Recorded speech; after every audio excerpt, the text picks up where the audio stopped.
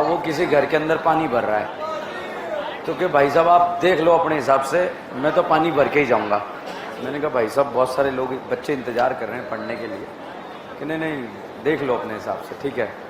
तो उसी लड़ाई झगड़े में जो है 20 मिनट लेट हो गई क्लास, सॉरी, ठीक है, बुलाना था है? पार्टी क्या खाओगे? पिज़्ज़ा?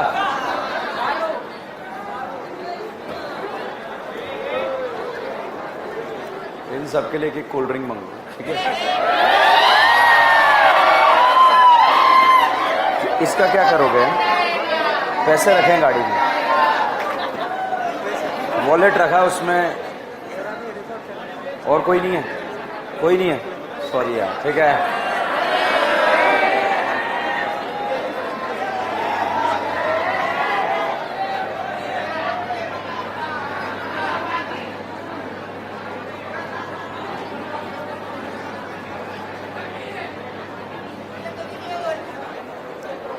देखिए लास्ट लेक्चर में जब हमने बायोमॉलिक्यूल में कार्बोहाइड्रेट पोर्शन डिस्कस करा था, तो उसमें अमीनो एसिड वाला पोर्शन छूट गया था। जिसमें अमाइन और एसिड्स प्रेजेंट होते हैं उसे हम क्या बोलते हैं? Amino acids. जिसमें अमाइन और एसिड प्रेजेंट होते हैं उसे क्या बोलते हैं? Amino acids. बच्चों अमीनो एसिड्स में जो हम जनरली पढ़ते हैं अल्फा अमीनो एसिड्स को डिस्कस करते हैं। ये एसिड भी प्रेजेंट है और अमाइन भी प्रेजेंट है। इसे कमीनो एसिड ना बोल करके हम क्या बोलेंगे? Amino acid. जिस कार्बन से एसिड जुड़ा उसे क्या बोलेंगे? अल्फा। अब इस अल्फा अमीनो एसिड में आर का वैल्यू चेंज होता रहता है। आर का वैल्यू चेंज होने पर glycine, alanine, valine, leucine, isoleucine, ठीक है, एस्पार्टिक एसिड, ग्लूटामिक एसिड, यहां से जो है वैल्यू चेंज होने लग जाती है। तो इसको हम 3 कैटेगरी में डिवाइड करते हैं। एक है गौली आगला।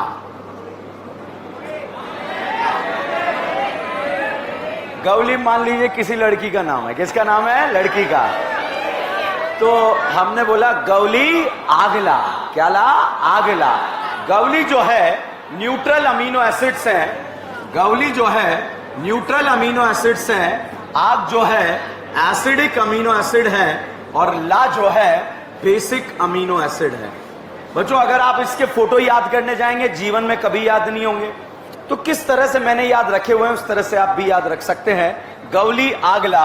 जी का मतलब ग्लाइसिन, ए का मतलब, बी का मतलब वैलिन, एल का मतलब ल्यूसीन, आई का मतलब आइसोल्यूसीन, ठीक है। ये न्यूट्रल अमीनो एसिड, ये एसिडिक और ये बेसिक। जिसमें एसिड और बेस के मोल बराबर उसे क्या बोलेंगे? Neutral amino acid. जिसमें एसिड के मोल ज्यादा उसे क्या बोलेंगे? Acidic amino acid. और जिसमें बेस के मोल ज्यादा उसे क्या बोलेंगे? Basic amino acid. तो 3 कैटेगरी में हमने डिवाइड करा, न्यूट्रल, एसिडिक एंड बेसिक। अब साहब यहां पर आर का वैल्यू चेंज होगा। इस आर का वैल्यू, अगर आर का वैल्यू आपने एच रखा तो बन जाएगा क्या? ग्लाइसिन। क्या बन जाएगा? ग्लाइसिन।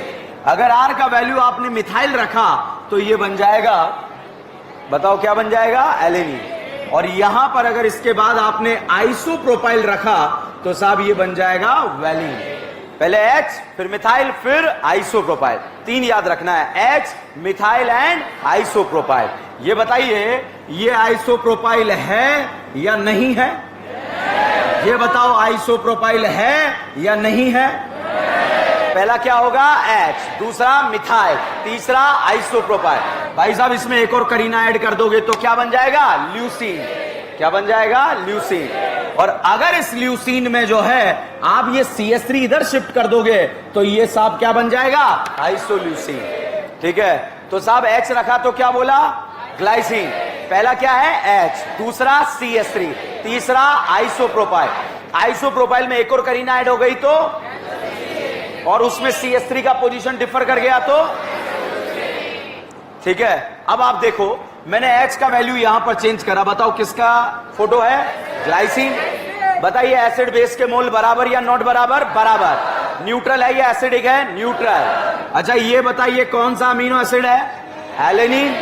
ये बताइए यहां पर मैंने आइसोप्रोपाइल लगा दिया, ये कौन सा अमीनो एसिड है? कौन सा है? एलेनिन। ओके, वैलिन, ठीक है। वैलिन में अगर आपने आगे की तरफ एक CH2 ग्रुप लगा दिया तो साहब ये किसका फोटो है? ल्यूसीन। अब जीवन में ल्यूसीन का फोटो याद नहीं होगा, और याद हो भी गया तो भूल जाओगे, इसलिए ऐसे याद रखना, गौली आग ला, गौली आग ला। बताइए, गौली न्यूट्रल है, अमीनो एसिडिक है? न्यूट्रल। और ये एसिडिक। ए का मतलब एस्पार्टिक, जी का मतलब ग्लूटामिक, ग्लूटेरिक नहीं, ग्लूटामिक। एमिक मतलब अमाइन, जिसमें क्या प्रेजेंट होगा? अमाइन। तो ये ग्लूटामिक एसिड है। अब देखिए, ये बताओ ये कितनी करीना? एक। ये बताओ कितनी करीना? दो। ये बताओ ये कितनी करीना? ये बताओ कितनी करीना? कितनी करीना? 4। तो 1 2 3 4 कैसे याद रखेंगे? 1 2 3 4, 1 2 3 4। ध्यान रखना, अबे ध्यान रखो। 1 2 3 4 ऐसे मत कर लेना, खेल खत्म हो जाएगा। तो ऐसे याद रखना है, 1 2 3 4। अच्छा बताओ, ये एसिडिक अमीनो एसिड है या बेसिक? तो इसमें एसिड होगा या बेस होगा? एसिड। साहब एसिड लगा देना। इसमें क्या होगा? एसिड। इसमें क्या होगा? बेस। समझ में आ रहा है या नहीं आ रहा है? तो साहब अगर यहां पर जो है मैंने ये वाला फोटो बना दिया इस तरह से, CH2 का होल ट्वाइस, बताइए कौन सा amino acid? Glutamic amino acid. बताइए, एसिड के मोल ज्यादा है या बेस के? एसिड के। तो कौन सा amino acid? Acidic amino acid, ठीक है। तो यहां पर गौली आग ला, क्या याद रखना है? गौली आग ला। गौली न्यूट्रल है या बेसिक है? न्यूट्रल। आग एसिडिक और ला बेसिक। अब देखो यहां पर HCH3 isopropyl, HCH3 isopropyl. Isopropyl में एक और करीना ऐड कर दी तो ल्यूसीन, CH3 चेंज कर दिया तो आइसोल्यूसीन, ठीक है। और यहां 1 2 3 4, ठीक है। यहां बेस क्यों लगाया मैंने? बेसिक अमीनो एसिड है और इसमें आपको ग्वानाडीन लगाना है। क्या लगाना है? ग्वानाडीन। ग्वानाडीन का फोटो ऐसा होता है। तो this is the what will be the structure of this. तो यहां पर अगर आपको ये याद रखना है तो ग्वानाडीन जो है बेसिक होता है या एसिडिक होता है? बेसिक। तो इस तरह से आप जो है अमीनो एसिड्स के फोटो को याद रख सकते हैं। जब दो अमीनो एसिड्स के बीच में से पानी निकल जाए तो बनने वाले बॉन्ड का नाम क्या होता है? Peptide bond. और अगर दो अलग अलग अमीनो एसिड्स के बीच में से पानी निकले तो बनने वाले पेप्टाइड को बोलते हैं डाइपेप्टाइड। क्या बोलते हैं? अगर 3 अमीनो एसिड से निकले तो ट्राइपेप्टाइड। और अगर ये मॉलिक्यूलर मास 10,000 से ज्यादा हो जाए तो साहब बनता है प्रोटीन। क्या बनता है? प्रोटीन। प्रोटीन में फिर DNA RNA आप लोग जो है उसमें पढ़ते हो।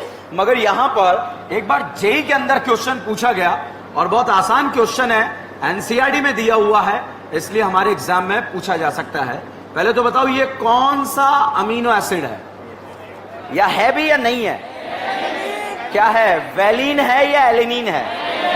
एलिनिन। बताइए, लो पीएच पर सॉल्यूशन एसिडिक होता है या बेसिक होता है? एसिडिक। और हाई पीएच पर? हाई पीएच पर बेस का मोल ज्यादा है या कम है? ज्यादा।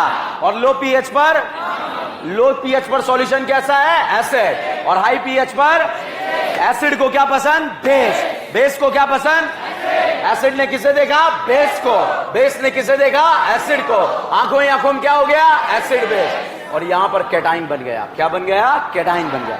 हाई पीएच पर सॉल्यूशन कैसा? बेसिक। बेस ने किसे देखा? एसिड को। एसिड ने किसे देखा? बेस को। आंखों ही आंखों में क्या निकल गया? पानी।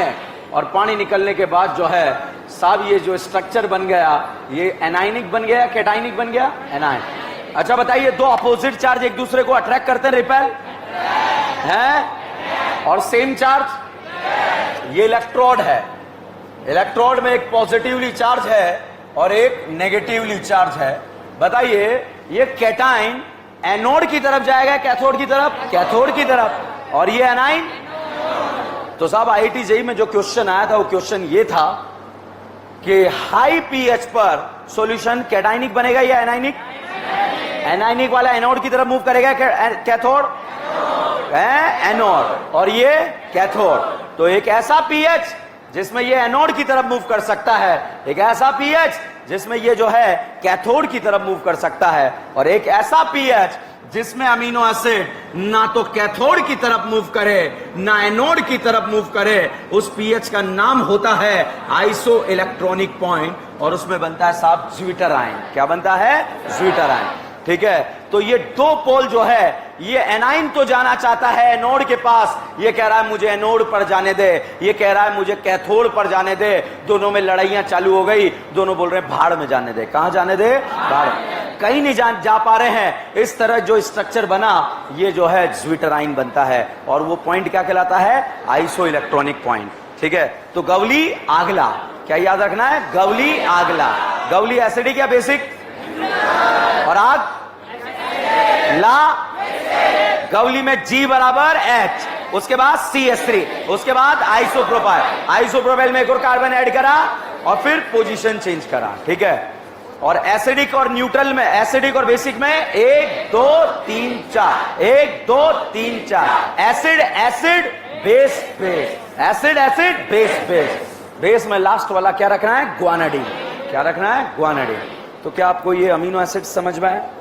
अब डीएनए आरएनए आप लोगों ने जो है बायोलॉजी के अंदर पढ़ते हो आप, जबरदस्त। अब साहब एक चैप्टर आता है जिसका नाम है केमिस्ट्री इन एवरीडे लाइफ। क्या नाम है? Chemistry in everyday life. बहुत खतरनाक चैप्टर। एक क्वेश्चन आता है वहां से। ठीक है, अब देखो क्वेश्चन, इस चैप्टर की ब्यूटी अगर हम देखें तो ये चैप्टर जो है 3 कैटेगरी में डिवाइड है साहब। एक तो है मेडिसिन, दूसरा है केमिकल इन फूड, और तीसरा है लक्स साबुन। ठीक है, संतूर, यस। अपन तो नहाते ही नहीं, अपने को पता ही नहीं साबुन के नाम। ठीक है,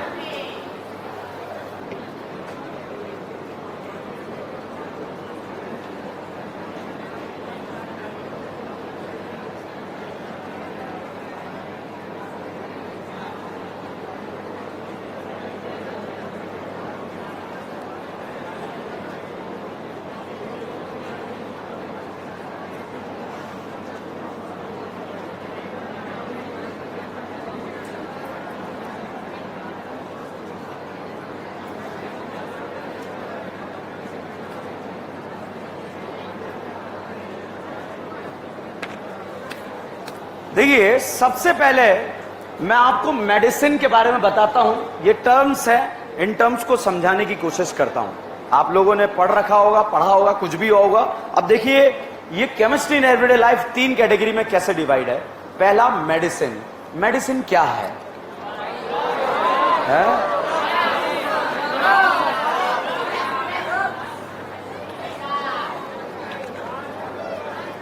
मेडिसिन है ड्रग्स। क्या है? देखो एक ऐसा, अब बहुत ध्यान से सुनना, ये नाम अगर दिमाग में सेट हो गया तो फिर आपको दिक्कत नहीं आएगा। मेडिसिन एक ऐसा केमिकल जिसको अगर हमने बॉडी के अंदर इंटैक्ट किया तो इंटैक्ट करने के बाद उसका बायोलॉजिकल रेस्पॉन्स अगर हमें मिल जाए तो उस केमिकल को हम बोलते हैं मेडिसिन। क्या बोलते हैं? मेडिसिन। मतलब आपने इंटैक्ट किया, आपका फीवर आ रहा है, फीवर खत्म हो गया, दर्द हो रहा है, दर्द खत्म हो गया, तो उस केमिकल को हम क्या बोलते हैं? मेडिसिन। अगर साहब इस मेडिसिन की आप लोगों को जो है आदत पड़ जाए तो ये एक जो है ड्रग्स बन जाती है। क्या बन जाती है? ड्रग्स। जैसे बहुत सारे रात को कप सिरप पी के सोते हैं कि मैं दारू नहीं पीता हूं, मैं दारू नहीं पीता हूं, सिर्फ कप सिरप का एक पैक लेके सोता हूं, पूरी की पूरी बोतल जो है अपनी बॉडी के अंदर उल्टा के सोते हैं। तो मेडिसिन वर्ड क्या है? एक ऐसा केमिकल जिसको बॉडी के अंदर डाला और उसने एक यूजफुल, उसने जो है फ्रूटफुल जो है रिजल्ट हमारी बॉडी को दे दिया, तो उस केमिकल को हमने नाम क्या दिया? मेडिसिन। अब मेडिसिन में साहब जो है अन्ना एसिड नहीं, एंटा एसिड के बारे में बात कर रहे हैं। अब एंटा एसिड अलग अलग कैटेगरी के जो है मेडिसिन है। सबसे पहला आता है कि ये मेडिसिन हमारी बॉडी में काम कैसे करते हैं, रिस्पॉन्स कैसे करते हैं। सबसे पहली बात आती है एंटा एसिड। जब आप जो है अंड खा लेते हो, पिज्जा भी खा ले, बर्गर भी खा लिया, गोलगप्पे भी खा लिए, और जो है वटाटा बड़ा भी खा लिया, और जो है हर तरह का बड़ा खा लिया। क्यों? क्योंकि आपको पता ही नहीं कि पेट तो अपना है, वो तो भूल ही गए कि पेट तो अपना है। आपको क्या लग रहा है? फ्री का माल आन दो, ठीक है, जा रहा है। अब साहब रात को जैसे ही आप सोने की कोशिश करो, सो ही नहीं पा रहे। कभी गैस इधर से निकल रही है, कभी इधर से निकल रही है, कभी इधर से निकल रही है। अब साहब ऐसे से, अच्छा फिर खुद को ही मेरी गलती है ये, ठीक है, मेरे को ऐसा नहीं करना चाहिए था। खुद को एक दो चांटे मार लिए। उस समय चांटे मारने से कुछ नहीं होगा, बॉडी के अंदर एसिड का फ्लो बढ़ गया। किसका फ्लो बढ़ गया? एसिड का। कई बार तो मैस वाला ही फ्लो बढ़ा देता है। सुबह की सब्जी रात की सब्जी मिक्स करके क्या बनाया भैया? मिक्स वेज बनाया, ठीक है। अब साहब वो बॉडी के अंदर एसिड का फ्लो बढ़ गया, तो एसिड का फ्लो कम करने के लिए या तो हम एक टैबलेट आता है एंटासिड, उसको ले लें जो एसिड बेस का कांड कर दे अंदर, या फिर जो है इनो से कुछ नहीं होगा, ठीक है। इसके बाद जो है हम बेसिक सॉल्यूशन ले, तो हम नींबू पानी लेते हैं। क्या लेते हैं? नींबू पानी। अगर डायरेक्ट नींबू निचोड़ लोगे तो ध्यान रखना नींबू भी एसिड है और पेट में भी एसिड है। तो अब आप कहोगे एसिड ने बेस को देखा, झापड़ पड़ेगी। एसिड ने किसे देखा? एसिड को। मारेगा मतलब कांता बाई को देख रही है, ऐसे थोड़ी होगा। तो पहले नींबू को जो है पानी में निचोड़ो, NaCl नमक डालो, शेक करो। तो अब जैसे ही उस नींबू का जो पानी है, उसको जो सॉल्यूशन है वो बन गया है बेसिक। क्या बन गया?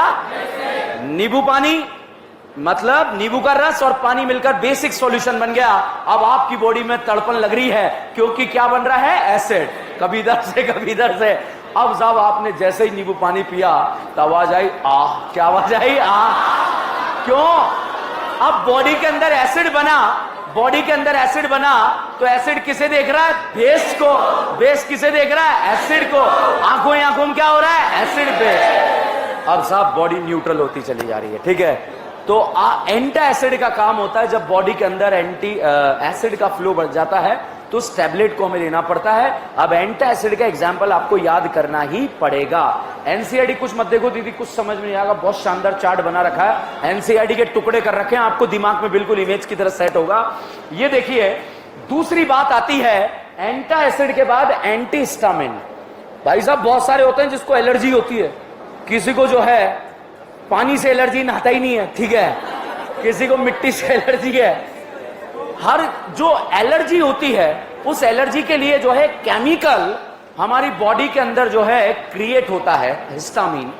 तो उसको मतलब हम कहें उसके इफेक्ट को खत्म करने के लिए हमें जो टैबलेट लेना पड़ता है वो एंटी एलर्जिक टैबलेट हमें लेना पड़ता है। वो क्या होता है? एंटी हिस्टामिन, ठीक है। तो एंटी हिस्टामिन को आपको एग्जाम्पल याद रखना पड़ेगा। बताओ एंटासिड क्लियर है? क्या काम कर रहा है? एंटी हिस्टामिन मतलब एलर्जी, ठीक है। अब बात करते हैं ट्रंकलाइजर। अलग अलग भाई साहब ट्रंकलाइजर क्या होता है?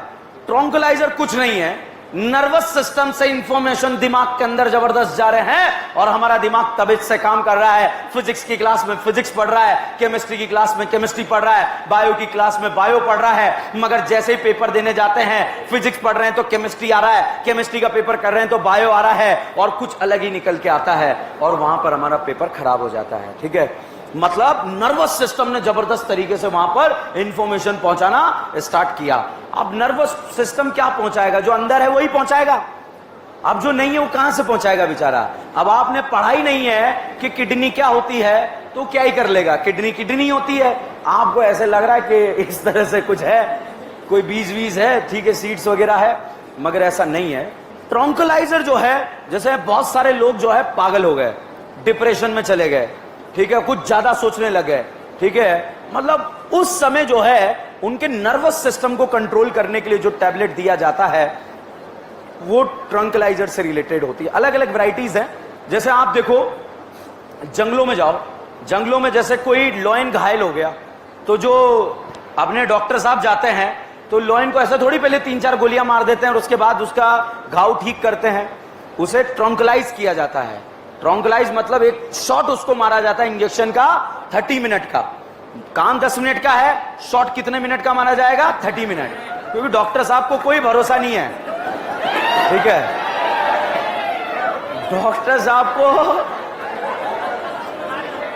डॉक्टर साहब को पता नहीं कि ये दवाई क्या पता डुप्लीकेट हो, 5 मिनट में काम खत्म हो जाए इसका। तो साहब अब सुन ले, तेरे काम की दवा आएगी, नसबंदी करवाऊंगा तेरी अभी, ठीक है? ठीक है।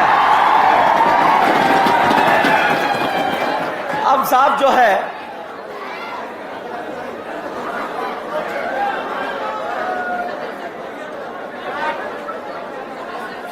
और भाई पीछे वाले बातें मत करो, उठा के फेंक दूंगा नहीं तो, ठीक है?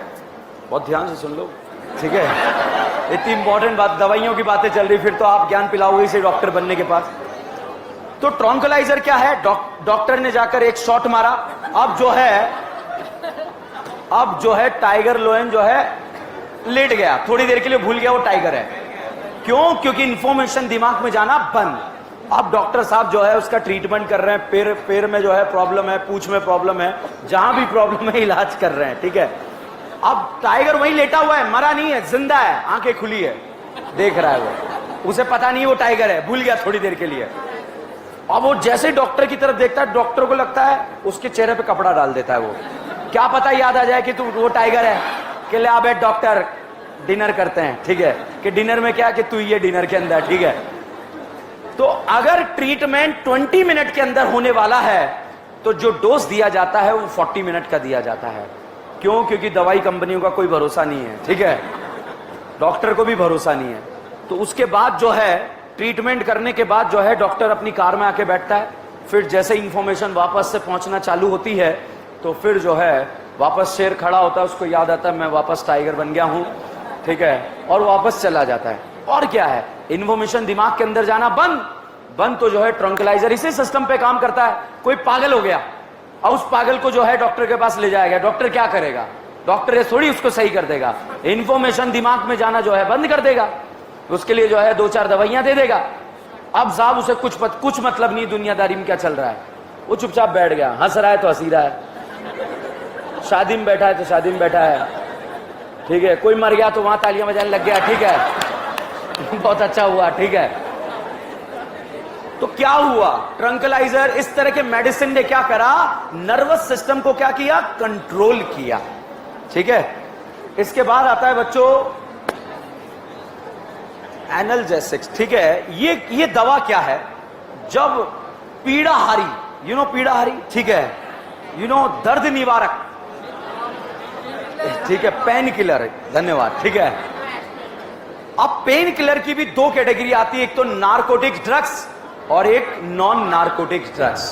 नारकोटिक ड्रग्स और नॉन नारकोटिक ड्रग्स, जैसे मान लीजिए आपकी बॉडी जो है तप रही है, आग लग रही है, दर्द हो रहा है, तो उस समय आपको जो है एस्प्रिन टैबलेट लेना पड़ेगा, तो जो है एंटीपायरेटिक टैबलेट आपको यूज करना पड़ेगा। तो ये जो है नॉन नारकोटिक ड्रग्स में आते हैं। मगर जब आपकी बॉडी जो है दवाइयों के लिए रिस्पॉन्स करना बंद कर दे और आपका दर्द कम नहीं हो रहा हो, जैसे किसी को कैंसर हो जाता है और कैंसर का जो लास्ट मोमेंट का दर्द होता है मरने के 2-3 दिन पहले का, वो साहब असहनीय है, ठीक है? उसको सहन नहीं किया जा सकता। तो उस समय जो है नारकोटिक्स ड्रग्स का यूज किया जाता है, मॉर्फिन के इंजेक्शन लगाए जाते हैं, उसके बाद जो है सारी इंफॉर्मेशन खत्म हो जाती है जीवन की, बस दर्द तो हो रहा है मगर उसे महसूस नहीं हो रहा है। तो जो नॉन नारकोटिक्स ड्रग्स जो है, होता ना कि यार अफीम तो जो है गलत चीज है, फिर उगाई क्यों जा रही है? बहुत सारे लोगों को कैंसर भी तो हो रहा है, उस समय अगर उनको 10 दिन भी बचा लिया गया तो उस समय जो है जो पेन किलर यूज किया जाएगा वो नारकोटिक ड्रग्स का यूज किया जाएगा, और उसके एग्जाम्पल मॉर्फिन्स के कैटेगरी होते हैं, ठीक है? और जनरली कैंसर के समय जो है जब मतलब लाइलाज हो जाती है बीमारियां, एड्स हो जाता है किसी को और एड्स का दर्द किसी को हो रहा है, तो उस समय जो पेन किलर यूज करते हैं वो नारकोटिक्स ड्रग्स के कैटेगरी में आती है, ठीक है? तो एक तो होती है नॉन नारकोटिक्स और एक होती है नारकोटिक्स। जब दवाइयां और बॉडी रिस्पॉन्स करना बंद कर देती है उस समय नारकोटिक्स ड्रग्स का यूज किया जाता है, ठीक है? अब देखिए बहुत सारे चरसी, गांजा, अफीम सूंघने पीने वाले क्या हैं, उन पे कुछ भी कर लो खत्म है खेल, खुद ही इंजेक्शन लगाते हैं, खुद ही इंजेक्शन लगाते हैं। मैंने अपनी आंखों के सामने 12th क्लास का student PCB, physics chemistry bio, top करता था साहब, मगर ऐसा जो है नशा लगा उसको ये नारकोटिक्स ड्रग्स का कि वो जो है गांजा, अफीम, चरस जो मिला वो जो है यूज करने लगा। और एक दिन जो है ऐसा इंजेक्शन लगा, उल्टा सीधा लग गया, कमरे से बाहर ही नहीं निकला, खत्म हो गया। और इंपॉर्टेंट बात, उसके पिताजी खुद जो थे नारकोटिक्स में ऑफिसर थे, और उन्हीं की औलाद ने जो है गांजा अफीम लेना चालू कर दिया। ठीक है, बहुत खतरनाक नशा होता है, दूर रहना चाहिए। आप लोग तो नहीं करते ऐसा नशा वगैरह? ठीक है, आप डायरेक्ट गांजा हैं। एंटीबायोटिक, अब वो ध्यान से सुनो, ये भैया ये टर्मिनोलॉजी परेशान करती है। एग्जाम्पल तो बहुत दूर की बात है, एग्जाम्पल कब याद होंगे जो टर्म्स क्लियर होंगे। एंटीबायोटिक, जब हमारी बॉडी के अंदर कोई बैक्टीरिया नाम का कुत्ता घुस गया या बैक्टीरिया नाम का सूअर घुस गया, तो उसको मारने के लिए हमें एंटीबायोटिक नाम का जो है कुत्ता या सूअर एंटर कराना पड़ेगा बॉडी के अंदर। ठीक है, तो अब वो वर्क कैसे करेगा? कोई बैक्टीरिया बॉडी के अंदर है तो एंटीबायोटिक को जो है बॉडी के अंदर डाल दिया। अब जैसे ही बॉडी के अंदर डाल दिया तो अब एंटीबायोटिक क्या करेगी? उस पर्टिकुलर बैक्टीरिया को मार के आएगी। अब वो दो तरह से काम करती है, या तो उस बैक्टीरिया को किल कर देगी या फिर वो बैक्टीरिया को जो है कुछ समय के लिए जो है चुपचाप कर देगी। तो बैक्टीरियोसाइडल, ठीक, बैक्टीरियोसीडल, कुछ भी प्रोनाउंसिएशन आप कर सकते हो। अगर उसे परमानेंटली किल कर दे तो इस तरह के ड्रग्स वो होते हैं।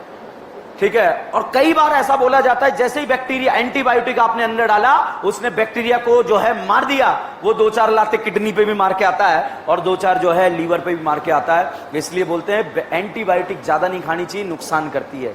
ठीक है, क्यों? क्योंकि उसे प्रॉपर गाइडेंस ही नहीं है, प्रॉपर गाइडेंस ही नहीं है कि करना क्या है। आप देखिए, जब कोविड सिचुएशन बहुत जबरदस्त चल रहा था, उस समय वायरस का कोई टैबलेट नहीं था। उस समय एक एंटीबायोटिक ड्रग्स बहुत फेमस थी जो मार्केट के अंदर से गायब हो गई थी। कौन सी? क्लोरोफेनिकॉल है, हाइड्रोक्सी क्लोरोक्विनेन। ठीक है, तो वो ड्रग्स जो थी वो एंटीबायोटिक थी। अब उसके खुद के अलग साइड इफेक्ट थे। बहुत सारे लोग जो मरे हैं ये अंडशेंट दवाओं के एक्सपेरिमेंट से मरे हैं भाई। क्यों? बहुत सारी दवाएं जब बॉडी के अंदर जाती है तो एकदम से आपका बीपी लेवल बढ़ जाता है, आपका डायबिटीज लेवल बढ़ जाता है। ठीक है, तो जो मरे ना, बहुत सारे कोरोना से नहीं मरे हैं, उनका बीपी और डायबिटीज मिसबैलेंस हो गया, और मिसबैलेंस होने से वो जो है मर गए, खत्म हो गया। क्यों? क्योंकि जब वो एडमिट थे तूने वो दवाइयां दे दी, ऐसा ऐसा ट्रीटमेंट हुआ, भैया खा लेना, उसे सांस लेने में दिक्कत है, वो क्या ही खा लेगा दवा। मगर एक डॉक्टर भी क्या करेगा, इतने सारे जो है पेशेंट थे, मगर फिर भी उसने अपना बेस्ट दिया, और बेस्ट देने के बाद जो है बहुत सारे लोग मरे। क्यों मरे? क्यों? क्योंकि टाइम पे जो है बीपी मेजरमेंट नहीं हो रहा था, टाइम पे डायबिटीज जो है मेजरमेंट नहीं हो रहा था। आपने दवाइयां खाई कि भाई कोरोना ठीक करेगी, उसने डायबिटीज बढ़ा दिया लेवल, वो इतना जबरदस्त लेवल बढ़ा, किडनी फेल हो गई। किडनी फेल होने से वो मर गया, मल्टी ऑर्गन फेलियर्स हो गए। कोरोना में जो मरे हैं लोग, किस वजह से मरे? इस वजह से मरे हैं, केयरिंग नहीं थी। बहुत सारे जो है डॉक्टर की गिरबान पकड़ते थे, डॉक्टर साहब ने बोला खुद चला जा, डॉक्टर साहब ने बोला खुद चला जा, मैं क्या कर सकता हूं? आप देखो, पेशेंट के पास कोई जाने के लिए तैयार नहीं था। यह सिचुएशन थी कोविड की, थी या नहीं थी? कोई अपना हो उससे भी डर लग रहा था, मतलब इससे बुरी कंडीशन क्या होगी, कोई मर गया है, उसके जनाजे में जो है उसकी अंतिम दर्शन के लिए लोग नहीं जा पा रहे थे। क्यों? अगर जा रहे थे तो 2-4 पॉजिटिव होके वापस आ रहे थे। यही था या नहीं था? तो जो लोग मरे ना, वो लोग जो है इस वजह से नहीं मरे हैं कि वो कोविड का ट्रीटमेंट नहीं मिला, लोग इस वजह से मरे हैं कि जो दवाओं का एक्सपेरिमेंट चला, वो दवाओं के एक्सपेरिमेंट में वायरस का तो कोई दवा नहीं था, तो एंटीबायोटिक जो है दवाएं अपन ले रहे थे, उसके साइड इफेक्ट से बीपी और शुगर मिसबैलेंस हुआ, जिससे मल्टी ऑर्गन फेलियर होते थे और खत्म हो जाते थे। नहीं तो कभी देखा, उससे पहले भी यार निमोनिया, कोरोना ही है निमोनिया, फेफड़ों में ही होता है निमोनिया, उससे नहीं मरते, बहुत रेयर चांस होते हैं, छोटे बच्चे एक्सपायर होते हैं, वो भी रेयर चांस में। मगर वहां पर क्या है, मेजरमेंट चलता है। ठीक है, बीपी मेजरमेंट चलता है, डायबिटिक मेजरमेंट चलता है, तो वहां से उसको बचाकर निकाल लिया जाता है, मगर उससे बचाकर नहीं निकाला जा सका। ये सबसे बड़ा रीजन था। अभी जो है वैक्सीनेशन ने जो है सबको बचाया हुआ है, रियल में वैक्सीनेशन ने बचाया हुआ है।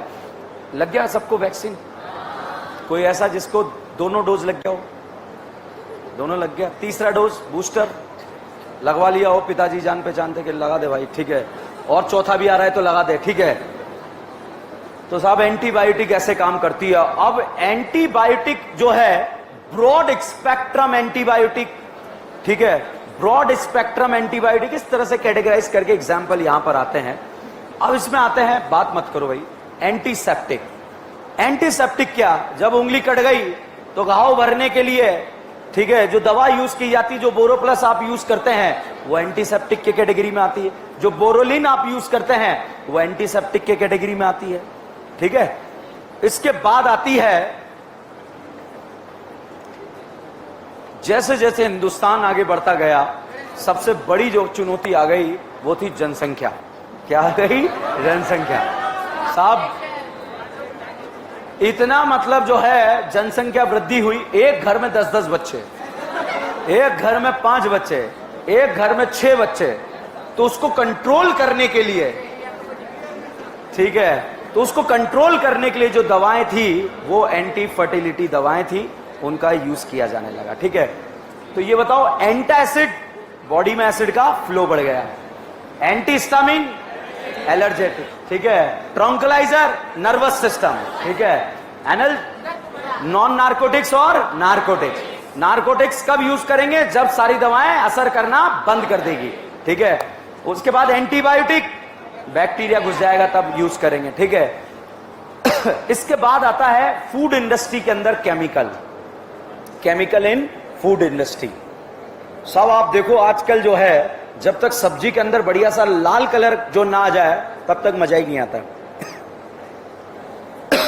तो वो क्या मिर्ची है या कलर है?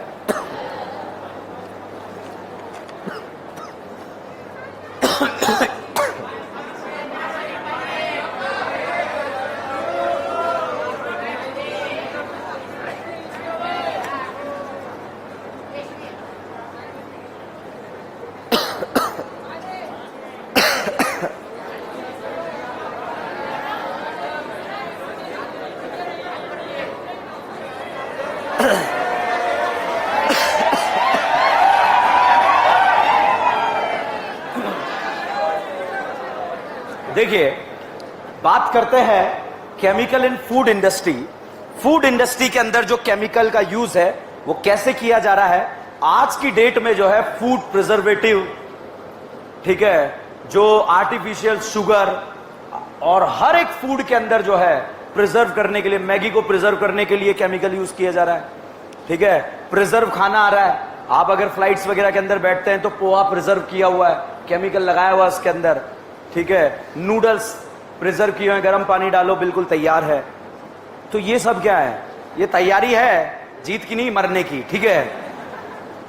सिंपल सी बात है, नेचर के अगेंस्ट जाओगे, नेचर बदला तो लेगी, ठीक है, और जब बदला लेगी तो जो है औकात दिखा देगी सबको। दिखाई, कोरोना ने सबको दिखाई औकात कि किसके पास कितना पैसा है, कुछ काम ही नहीं कर रहा था। ऑक्सीजन के लिए रोए थे भैया, एक एक सिलेंडर 1-1 लाख रुपए में बिकते हुए देखा है मैंने, ऑक्सीजन का सिलेंडर 1-1 लाख रुपए में, ठीक है। तो पैसा वैसा, नेचर के अगेंस्ट जाना मतलब नेचर जिस दिन बदला लेती ना वो बिल्कुल पानी निकाल देती सबका, ठीक है।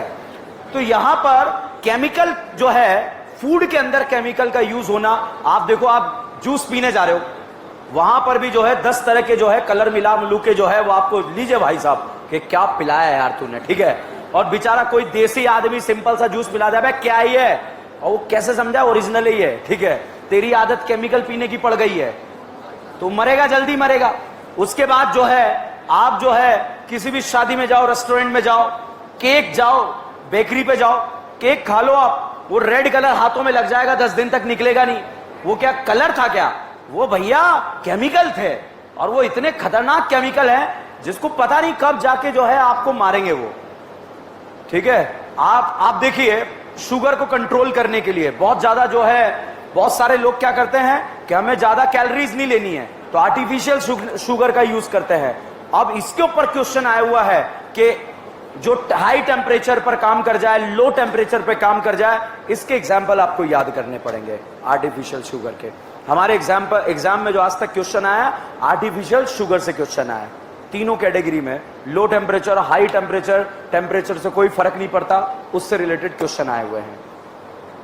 साबुन जो आपने कभी यूज नहीं करा, ठीक है, क्योंकि आप शैम्पू यूज करते हैं और बाथ लिक्विड यूज करते हैं या नहाते ही नहीं होंगे, ठीक है। बहुत सारों ने नहाना बंद कर दिया कि साहब पानी की कमी हो गई, ये टैंकर आ रहे हैं। तो हमने पढ़ा था पानी बचाओ, सबको पढ़ाओ, ठीक है। तो पानी बचाना चालू कर दिया।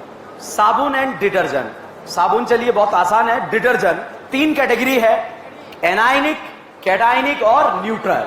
अगर एक एग्जाम में आपसे पूछ लिया कि न्यूट्रल डिटर्जेंट क्या है, एनायनिक डिटर्जेंट क्या है, कैटायनिक डिटर्जेंट का एग्जाम्पल क्या है, तो आपको याद होना चाहिए।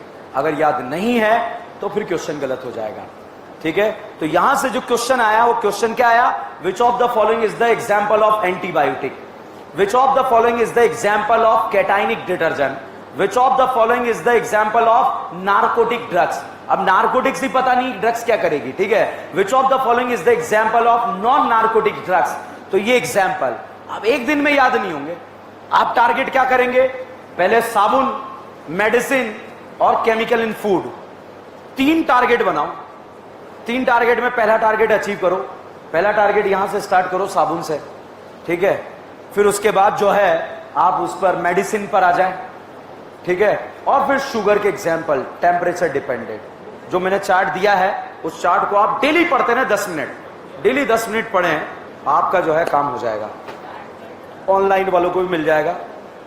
आप लोगों को टेस्ट सीरीज का शेड्यूल मिल गया है? मिल गया व्हाट्सएप? नहीं, फिजिकली मिला नहीं मिला। फिजिकली उसमें कल फिजिकल केमिस्ट्री का सिलेबस नहीं था, तो वो ऐड होके आज अपडेटेड फॉर्म में आ जाएगा। और शायद तैयार है, रेडी है ना वो? ओके रुको, अभी जाते हुए आपको मिल जाएगा। टेस्ट सब लोग देंगे।